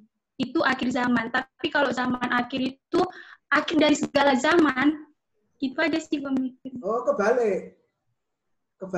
Bukan. Terbalik Pak, akhir zaman akhir zaman itu perwujudan kasih Allah melalui penyelamatan Kristus ya terhadap dosa. Tapi zaman akhir itu akhir dari segala zaman. Zaman akhir segala zaman. Oh, tapi kalau menurut Ibrani pasal 1 tadi nggak sesuai. Betul enggak? Ibrani pasal 1 ayat 1 dan 2 tadi loh. Ada zaman dahulu. Akhir kayak alam. Zaman akhir. Iya toh? Baca coba. Ibrani 1 ayat 1 dan 2. Zaman dahulu PL, nabi-nabi berbicara, lalu zaman akhir, zaman akhir Allah berbicara melalui Tuhan Yesus. Berarti kapan? Sejak Yesus datang di abad pertama kan? Sampai kedatangannya kembali. Kan gitu. Jadi terbalik ya Pak? Terbalik itu tadi. Iya, betul enggak? Terbalik loh. Akhir. Jadi akhir zaman itu kesudahan dunia. Iya, maksud saya itu akhir zaman itu kayak akhir dari segala zaman gitu loh. Ya, sudah berakhir. Ya, betul. Ya, sudah berakhir. Zaman akhir itu zaman Yesus datang, zaman gereja, zaman sekarang. Ya, oke, kembali ke pertanyaan Bu Mita tadi. Berarti ayat yang dimaksud tadi gimana? Ayat 48 ya, barang siapa menolak aku, Yohanes 12, dan tidak menerima perkataanku, ia sudah ada hakimnya, yaitu firman yang telah kukatakan, itulah yang akan menjadi hakimnya pada akhir zaman. Berarti akhir zaman apa zaman akhir nih sebenarnya? Ya, harusnya zaman akhir. Sekarang. Iya. Iya, sekarang. Gitu Bu Meta. Ya. Halo, Bu Meta? Oke, siap Pak. Berarti sudah dimulai Pak ya? Oh, sudah. Malam hari Ya, ini sudah kita dimulai. diadili semua ini, dihakimi semua ini. Ya, oleh firman Tuhan yang kita pelajari bersama. Jadi kalau ada yang enggak pas, siap. Gitu ya. Pengertiannya gini, jadi kita nggak bisa kayak mau ambil aplikasi. Jadi yang menegur kita itu firman Tuhan, bukan pendeta itu tahu tentang hidup kita gitu loh. Karena pengertian banyak orang kan, pendeta ini kan pasti cerita tentang saya, makanya dia pakai ayat ini untuk menghakimi saya gitu. Oh, ya. Banyak macam-macam itu Pak gitu. Kalau ya gitu sih. Ya memang. Jadi ya, gimana ya? Pendetanya yang tahu sih. Biasanya kan gembala sidang ini tahu jemaatnya masing-masing toh. Kalau pendeta tamu, nah itu ketika menegur ya Roh Kudus bekerja memang. Karena nggak tahu kan, nggak diberitahu kan. Tapi kok bisa kena? Tapi kalau gembala sidangnya ya ada dua memang. Roh Kudus memberitahu dan dia memang tahu sendiri kelakuan domba-dombanya. Makanya ditegur melalui firman Tuhan gitu. Ya, pakai firman. Bisa juga yang begitu. Tapi kalau itu benar Bapak Ibu, harusnya bersyukur. Bukan masalahnya si A, si B, pengkhotbah itu apa istilahnya? Membenci kita, bukan. Kan Tuhan mengatakan apa? Barang siapa kukasihi, ia kutegur dan kuhajar. Oleh sebab itu relakanlah hatimu dan bertobatlah. Jadi sebenarnya teguran firman itu bukti kasih Tuhan kepada kita. Benar enggak, Bapak Ibu? Bukti Tuhan mengasihi kita. Contoh, kita punya anak. Lalu anak itu mau pulang, nggak pulang, terserah. Nah, pertanyaannya, kita ini orang tua yang mengasihi anak kita apa bukan? Apa tidak? Tidak mengasihi berarti. Itu memang anak tetangga. Ya kan? Tapi kalau anak kita, ya, ketika nggak pulang, kita cari. Setelah datang ke rumah, kita ajar, kita pukul dia. Supaya kapok. Nah, itu kalau masih anak-anak. Ya toh? Masih ingat. Kalau ada anak SD nggak pulang, waduh, kemana itu? Bukti kita mengasihi anak itu ya kita cari sampai ketemu. Tapi kalau dibiarkan Pak, nggak dicari Pak. Jangan-jangan anak tetangga itu tadi. Nah sekarang sama loh. Menurut Ibrani pasal yang keberapa itu? 12 ya? Apa 13? Yang namanya anak harus dididik. Ya, diajar kata Alkitab. Kalau nggak diajar, jangan-jangan anak-anak gampang atau anak-anak haram. Atau dengan kata lain bukan anaknya. Sekarang sama Bapak Ibu. Kalau hidup kita ini nggak ada masalah, kok seolah jalannya hidupnya enak, gitu ya, mulus-mulus saja. Pertanyaannya adalah, jangan-jangan kita bukan anak Tuhan, Bapak Ibu. Karena Tuhan tidak peduli sama kita. Makanya jangan sampai kesaksian, saudara-saudara, Tuhan itu baik loh. Hidup saya nggak pernah ada masalah, saudara-saudara. Lancar terus. Kalau berjalan tuh seperti di jalan tol, mulus terus, lurus terus. Saudara jangan aminin kesaksian ini. Saudara harus berkata, jangan-jangan kok bukan anak Tuhan. Gitu ya. Kenapa? Kalau anaknya Tuhan, nggak mungkin. Berarti ini anak yang dibiarkan. Nah, tapi sebaliknya kalau ada orang yang bersaksi, aku ikut Tuhan kok menderita ya. Aku melayani Tuhan kok apa istilahnya? Diolok-olok ya. Kok mengalami hal yang tidak enak ya melayani Tuhan. Justru engkau adalah anak Tuhan sejati. Amin, saudara. Itulah. Jadi jangan sampai dibalik-balik. Walaupun di televisi ada acara dunia terbalik, kita nggak mau kebalik. Gitu ya. Kita nggak mau kebalik. Oke, itu Pak Ibu. Nah, terakhir kita bahas anjing dan babi itu siapa? Nah, itu Pak Eki ini. Tanya ya.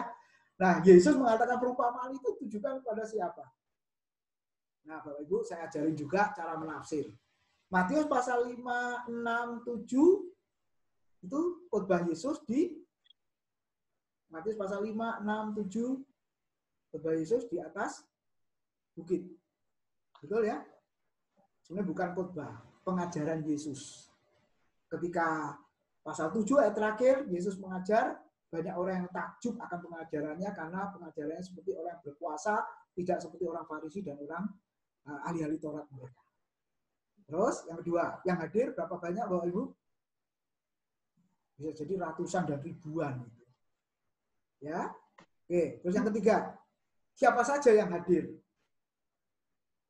Kira-kira di sana para pejabat ada nggak? Pejabat yang dimaksud di sini adalah ahli-ahli Taurat, orang-orang Farisi, ya, tua-tua agama Yahudi, ada nggak kira-kira? Ada. Ada. Lengkap. Itu pendengar yang sangat lengkap. Lapisan masyarakat dari yang rendah sampai yang terhormat, semua ada di situ. Ya, oke.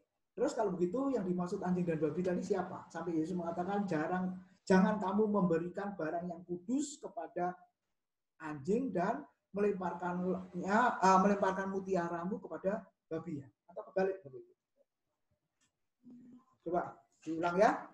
Matius 7, jangan kamu memberikan barang yang kudus kepada anjing, betul ya. Dan jangan kamu melemparkan mutiaramu kepada babi supaya jangan diinjak-injaknya dengan kakinya dan lalu ia berbalik mengoyak kamu. Barang yang kudus kepada anjing jangan diberikan, mutiaramu jangan kau berikan kepada babi. Ada barang yang kudus dan ada mutiara. Ada anjing, ada babi. Nah, ini pasti kiasan ya, Bapak Ibu ya. Ini kalau melihat Alkitab. Ini bukan hurufiah ini pasti kiasan. Nah, yang dimaksud Tuhan ini siapa ini? Nah, itu yang kita renungkan bersama-sama pada malam hari ini. Apa yang dimaksud barang yang kudus dan mutiara? Jelas Bapak Ibu? Dari konteks Matius pasal 5, 6, 7. Apa itu? Barang yang kudus dan mutiara. Silakan kalau mau jawab, Bapak Ibu. Barang yang kudus dan mutiara apa yang di sini? Pasti di kiasan ini. Makanya di grup saya share buku ya Bapak Ibu ya. Judulnya Spiral Hermeneutika. Nah, kalau mau beli boleh, tapi saya nggak menyarankan Bapak Ibu nanti daripada beli mubazir. Ya kenapa? Sudah tebelnya 650 sekian halaman, tulisannya kecil-kecil, bahasanya kelas berat. Jadi bacanya mumet gitu. Tapi itu mahasiswa buku wajib mahasiswa S1 loh Bapak Ibu. Dengan materi hermeneutika. Nah, akhirnya kita berikan di S2. Yang S2 aja nggak sanggup, apalagi yang S1 gitu ya. Apalagi yang S0. Tapi kalau Tim, Bapak Ibu, suaranya Pak Tim kok pelan ya, kurang jelas saya. Suara. oh, yang lain gimana Bapak Ibu? Aman aja. Oh, yang lain aman Bu Pram. Jelas. Ya jaringannya lancar yang lain Bu. Mungkin volumenya Ibu, volume speakernya bisa dikerasin sedikit. Ya, jadi kita kembali, Spiral Hermeneutika itu buku yang sangat lengkap Bapak Ibu. Kalau jenis sastranya perumpamaan, ya, surat, nubuat, prosa, puisi, cara nafsirnya seperti apa lengkap itu Bapak Ibu. Gitu. Makanya sebelum berkhotbah, ya, mempelajari firman, ya itu. Sebab semua sastra Alkitab tidak bisa pakai prinsip menafsir yang sama, beda-beda Bapak Ibu. Nah, di situ perumpamaan juga sangat banyak dijelaskan di situ. Ya, oke. Jadi mana yang kiasan dan mana yang hurufiah kita mesti tahu. Nah, tadi barang yang kudus dan mutiara apa kira-kira maknanya di situ? Yesus mau menyampaikan apa di situ? Lalu ada babi, ada anjing. Siapa itu? Yang diumpamakan seperti itu. Silakan, di antara Bapak Ibu yang mau menjawabnya, silakan. Ada?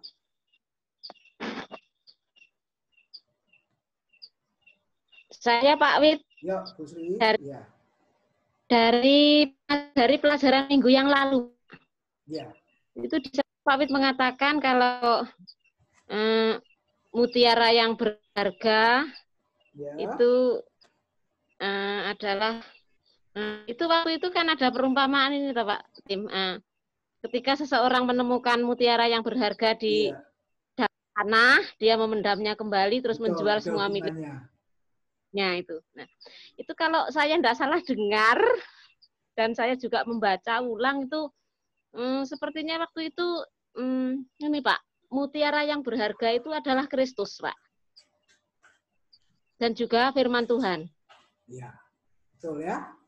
Jadi konteks Matius 5, 6, 7, barang yang menjadi mutiara adalah pengajaran Yesus. Ya, firman.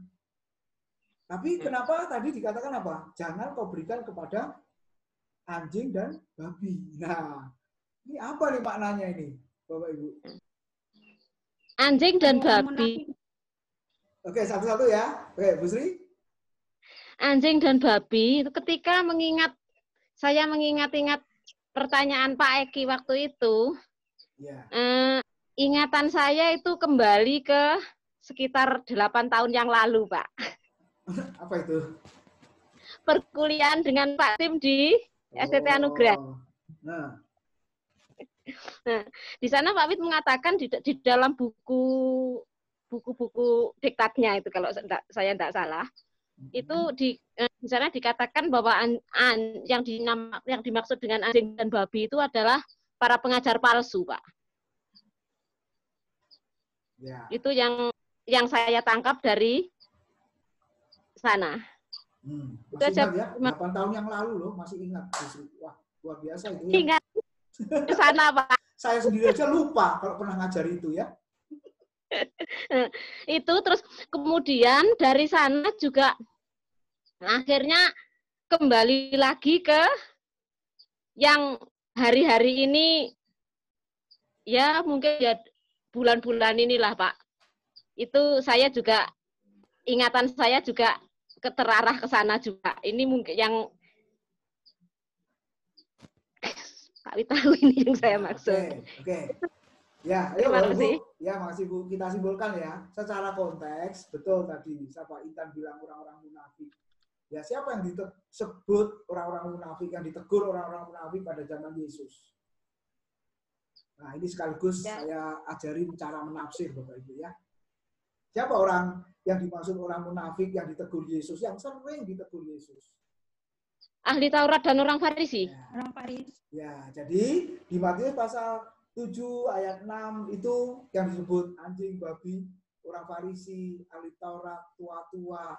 Ya, jadi istilahnya apa? Diberi pengajaran, diberi firman, percuma, Bapak Ibu. Disia-siakan sama mereka. Seolah-olah mereka nggak butuh. Gitu. Nah, itu konteks dekatnya. Nah, kalau konteks jauhnya, yang tadi Bu Sri bilang. Nah, ayatnya di mana? 2 Petrus. Itu ya, Bapak Ibu ya, kalau secara menafsirnya, 2 Petrus pasal yang kedua. Bapak Ibu lihat di situ. Nanti dibaca mulai ayat pertama. Judul perikopnya aja jelas ya, 2 Petrus pasal yang kedua. Judul perikopnya dikatakan nabi-nabi dan guru-guru yang palsu. Ya, oke. Dikatakan begini ayat 22. Bagi mereka yaitu nabi dan guru yang palsu cocok ya apa yang dikatakan peribahasa yang benar ini. Anjing kembali lagi ke muntahnya dan babi yang mandi kembali lagi ke kubangannya. Jadi kalau Bapak Ibu belajar Alkitab, konteks jauhnya ayatnya ada, ternyata yang diumpamakan babi dan anjing adalah guru-guru palsu. Ya, orang yang merasa benar nggak perlu ajaran dari yang lain. Ya, nggak perlu belajar dari buku-buku yang lain. Ada hamba Tuhan yang pernah ngomong ke saya begini, Pak Wid, aku nggak perlu baca buku-buku yang lain. Aku hanya perlu baca Alkitab saja. Loh, kenapa? Saya tanya. Iya, karena buku-buku yang lain itu sudah terkontaminasi dengan pikiran manusia. Kalau Alkitab itu kan hanya terkontaminasi Roh Kudus, katanya gitu. Berarti saya buat buku itu nggak laku, Bapak Ibu, karena sudah terkontaminasi dengan pikiran saya. Yang sudah beli buku saya, wah sudah terkontaminasi dengan pikirannya penulis kan gitu. Nah, mahasiswa saya ada yang banyak beli buku kan, saudara. Nah, kalau ada orang yang seperti itu, Bapak Ibu, ya tanya saja seperti ayat firman Tuhan itu tadi, ya. Pernah saya bertanya kepada hamba Tuhan yang jenis seperti ini, Bapak Ibu ya, yang belajarnya langsung dari Roh Kudus.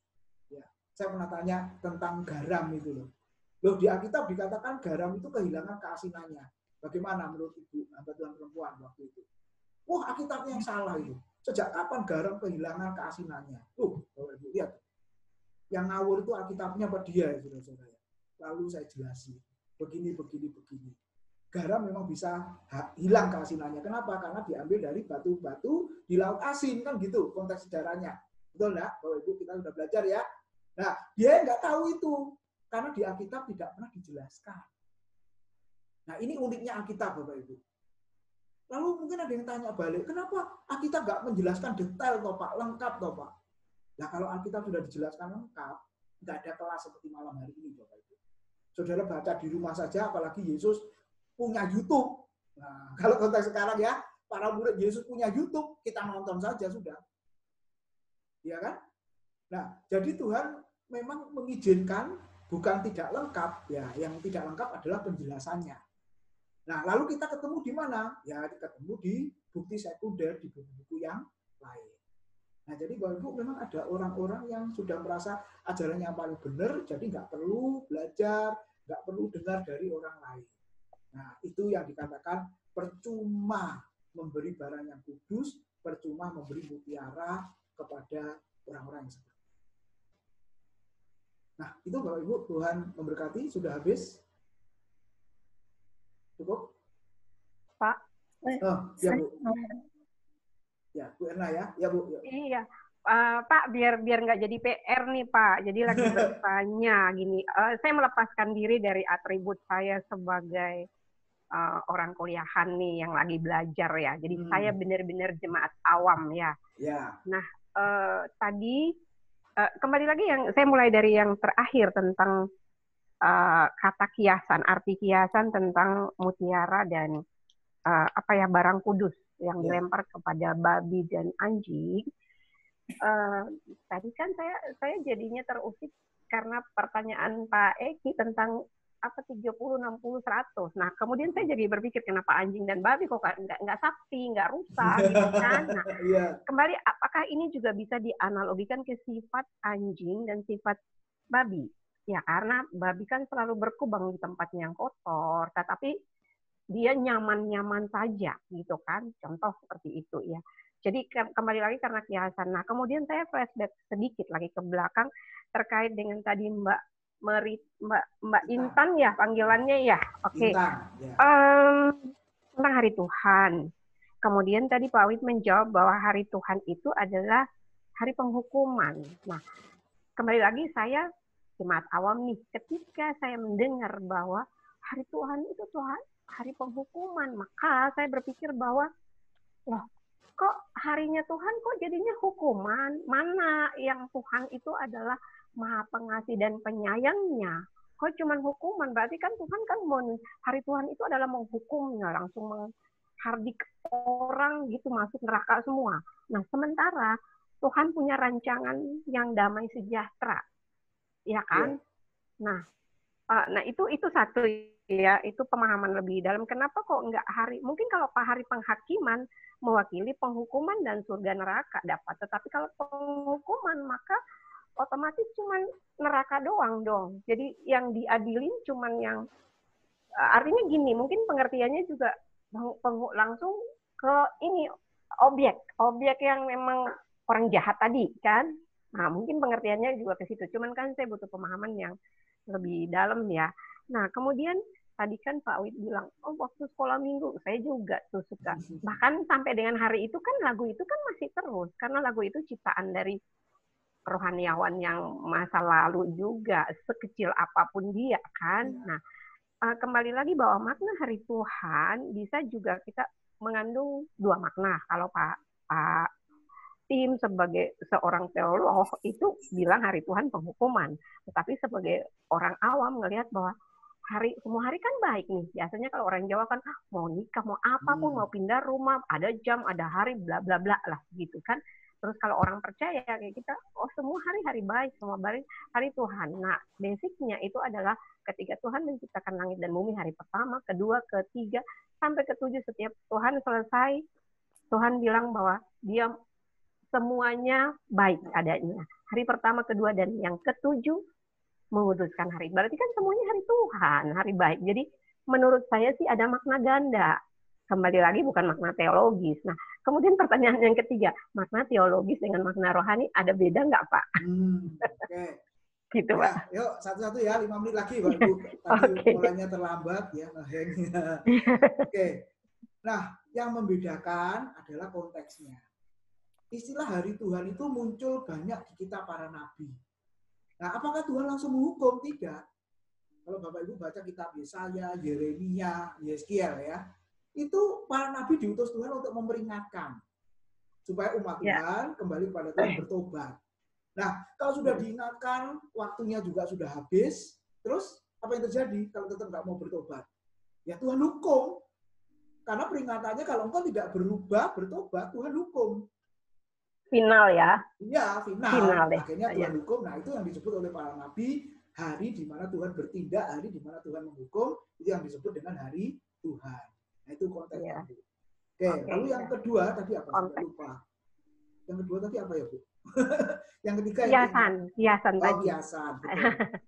Ya, jadi ada makna kiasan, makna apa? Teologis. Kalau teologis itu apa ya? Istilahnya pesan ya, pesannya gitu ya. Enggak, maksudnya gini. Kiasan itu terkait dengan kok nggak pilih sapi dan rusa tapi kayak anjing sama babi. Oke, ngerti. Nah, kalau nanti dihubungkan di 2 Petrus 2 tadi, kenapa babi selalu kembali ke kubangan, nyaman. Guru-guru palsu itu, kata 2 Petrus pasal 2, itu tetap hidup dalam dosa, hawa nafsu, dan merasa nyaman, senang di situ. Betul. Jadi karakter binatang itu. Nah, kalau anjing itu makan, muntah, lalu muntahnya dimakan lagi. Ini bicara apa ini? Ya, benar. Apa kotor. Iya, kotor, hal yang kotor, najis, ya. Wong sudah dibuang kok ditelan lagi. Gitu. Iya, oke. Nah, terus biasa. Yang hari Tuhan itu makna ganda, menurut saya itu bisa bermakna ganda. Tadi kan penghukuman kan terkait dengan konteks ya. Nah, betul. Kalau lagu sekolah minggu hari ini, harinya Tuhan kan lebih ke makna rohani. Dengan basically hari penciptaan dari hari pertama dan ya semua hari kan kita sebagai orang percaya ini kan milik Tuhan, waktu milik Tuhan, jadi semua Tuhan ciptakan baik adanya gitu Pak. Jadi makna ganda, apakah boleh saya bilang begitu? Ini pertanyaan Pak, bukan pernyataan, pertanyaan. Daripada saya salah Pak. Ya, kalau hari Senin, Selasa, Rabu ya 7 hari itu harinya Tuhan, betul Tuhan yang menciptakan hari ya sesuai kejadian. Hari pertama, kedua, ketiga, keempat, kelima, keenam. Betul. Tapi, ya ini, kadang-kadang makna rohaninya benar, tapi yang dibuat rohani ini, ya nggak pas, Bu. Ya, istilah teologisnya itu alegoris itu. Nah, pertanyaannya itu adalah makna rohani dan arti rohani dan teologis itu, perbedaan kuatnya itu ada di mana, Pak? Oke. Kalau teologis, Bapak Ibu, itu artinya, ya pertanyaan dan jawabannya itu berdasarkan Alkitab. Terikat ya dengan ayat Alkitab. Kita nggak boleh cari arti lain. Itu teologis. Contoh seperti anjing dan babi tadi. Ternyata menurut 2 Petrus pasal 2 siapa?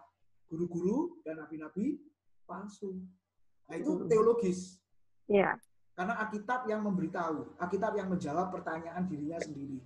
Tinggal kita yang harus mencarinya secara komprehensif. PL dan PB, PB dan PL. Nah, kalau alegoris atau sebenarnya alegoris juga seperti apa? Tanah itu adalah hati manusia.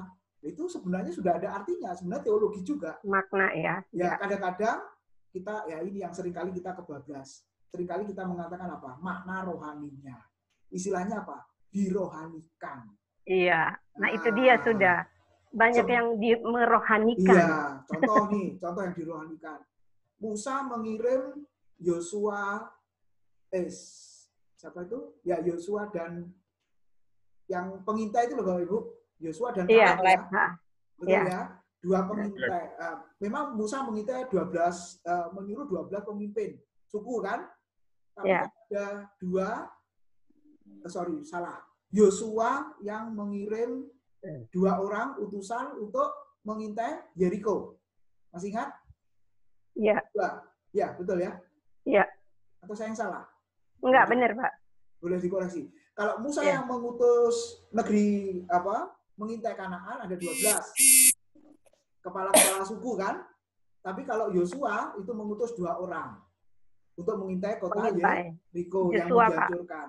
Betul ya? Ya. Nah, Ya. kalau arti rohani itu 2 orang ini adalah firman Tuhan dan Roh Kudus. Nah, lalu Yosuanya siapa? Arti rohaninya adalah Allah yang mengutus, Yesus yang mengutus firman dan Roh Kudus. Nah, tambah kacau nih artinya ini begini. Oke ya. Nah, ada lagi nih dulu kita ini ya belajar yang kayak gitu ya. Kita diberi sayap burung nasar, 2 sayap burung nasar. Ya, masih ingat lagu itu loh. Gimana lagu lama itu? Intan tahu? Kita diberi 2 sayap burung nasar itu loh. Terus lagunya gimana? Yaitu firman dan Roh Kudus. Ini Intan pura-pura nggak tahu ini lagunya. Padahal di STT dinyanyikan gitu ya. Gimana lagunya saya juga lupa itu Bapak Ibu ya. Loh, sebentar. 2 sayap burung nasar, kenapa kok artinya firman dan Roh Kudus? Nah ini kan tidak ada dasar teologisnya. Nah ini yang disebut dengan makna rohani tadi. Yang dirohanikan, padahal nggak rohani. Nah secara hermeneutika salah.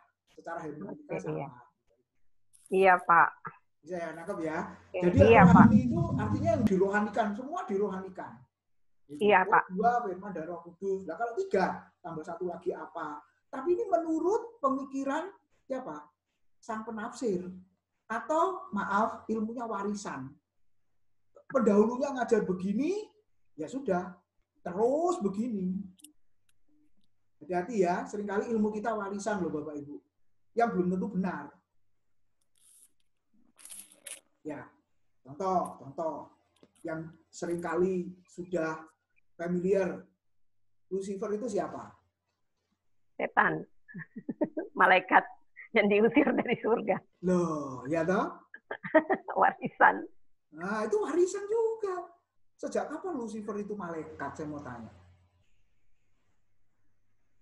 Sejak kapan setan itu malaikat? Ya, Bapak Ibu renungkan. Kita ketemu 2 Senin lagi ya, kita bahas ya. Saya Pak Tim belum.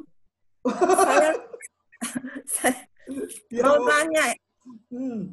Tadi yang mengenai babi dan anjing. Oh, ya. Kalau apakah bisa dikatakan jadi sia-sia saja, keduanya sama saja, anjing dan babi, dua-duanya sama saja ya Pak? Iya, jadi maknanya akhirnya apa? Kita memberitakan Injil kepada orang-orang yang seperti itu sia-sia. Lebih baik nggak usah ngajarin orang yang begitu. Lebih baik nggak usah, karena nanti akan berbalik mengoyak pada kita. Iya, ini ya, kalau saya lihat, apakah perikop ini berkaitan dengan yang atas hal menghakimi? Kan yang menghakimi itu mengenai menegur, menghakimi seseorang. Misalnya seorang A menegur pada seorang B. Nanti yang B juga nggak mau dikatakan ada balok di matanya, ada selumbar di matanya. Dia pun akan mengatakan kembali kepada si A. Jadi si A terhadap B, si B terhadap A. Saya lihat kok ya ketepaan ya Pak. A anjing, B babi ya. Oh gitu ya. Nah kalau ini alegoris Bu ya, dicocok-cocokkan kalau ini ya. Ini cuma gurau Pak. Maksud saya A pun menghakimi B. B pun tidak mau dihakimi. Dia pun mengatakan pada A ada juga balok, ada juga selumbar. Jadi percuma saja pada kedua A dan B ini dikatakan diberi nasihat. Diberi nasihat itu percuma gitu loh Pak. Jadi berkaitan dengan hal nomor 6 ini, babi dan anjing. Jadi itu berkaitan dengan lanjutan dari hal penghakiman ini Pak. Jadi A dan B-nya itu berkaitan di situ. Jadi kita pun mau memberi nasihat seseorang itu sulit. Kita mengatakan maksudnya supaya mengkoreksi diri, dia pun nggak mau. Dia pun mengatakan sebaliknya pada kita. Jadi ya diremehkan, malah jadi gak enak gitu loh Pak. Jadi mesti ada lain bagian yang mengenai nasihat gitu Pak.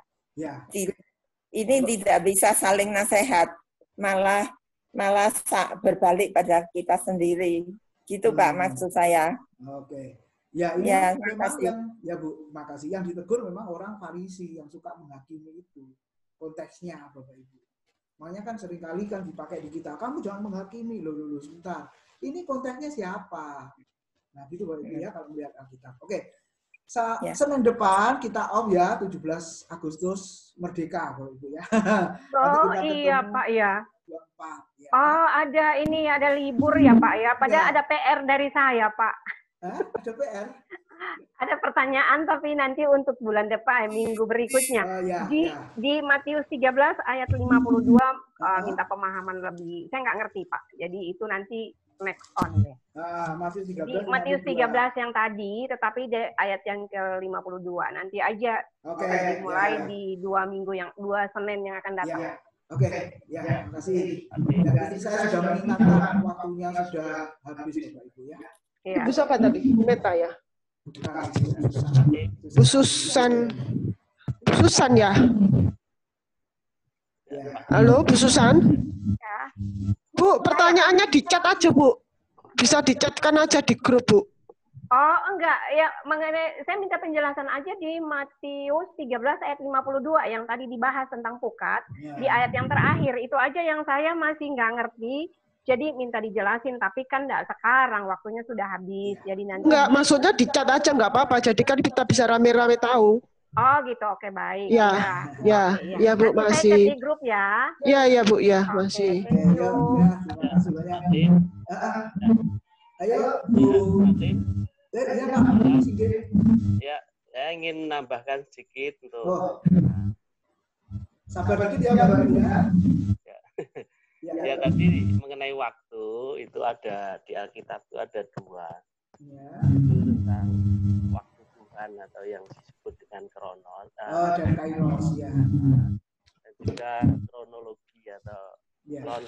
Jadi kalau Senin, Selasa, Rabu, Kamis itu ya kronologi atau kronos. Mungkin ke sana arahnya ke Erna. Ya. Ya, itu saja Pak Tim. Terima kasih. Ya, ayo siapa yang mau berdoa? Oke, minta tolong Pak Indrata, Plastia bisa berdoa Pak. Ya Pak, kita tolong berdoa, bersyukur atas kita malam ini. Terima kasih Tuhan bahwa kami semua boleh kembali bersekutu dan menerima penjelasan berbagai hal mengenai firman-Mu Tuhan.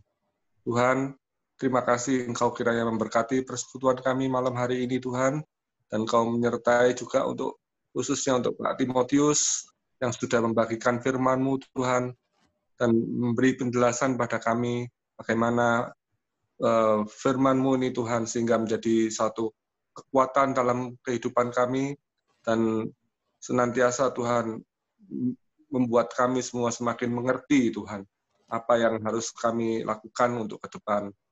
Terima kasih Tuhan, Engkau memberkati setiap member anggota yang malam ini juga terlibat dalam persekutuan ini. Engkau menyertai setiap kami Tuhan, memberkati kami dan dalam semua hal, dalam pekerjaan kami, dalam kehidupan kami. Tuhan memelihara kami semua dengan kesehatan dan berkat jasmani rohani daripada-Mu. Sebentar kami semua akan berpisah Tuhan, kami menyerahkan semuanya di dalam berkat nama Tuhan Yesus, Allah dan Juru Selamat kami yang hidup. Haleluya. Amin. Amin. Ya, selamat malam semua. Sampai ketemu Bapak Ibu, Tuhan memberkati. Selamat malam. Terima kasih. Terima kasih semuanya. Selamat malam. Malam. Malam.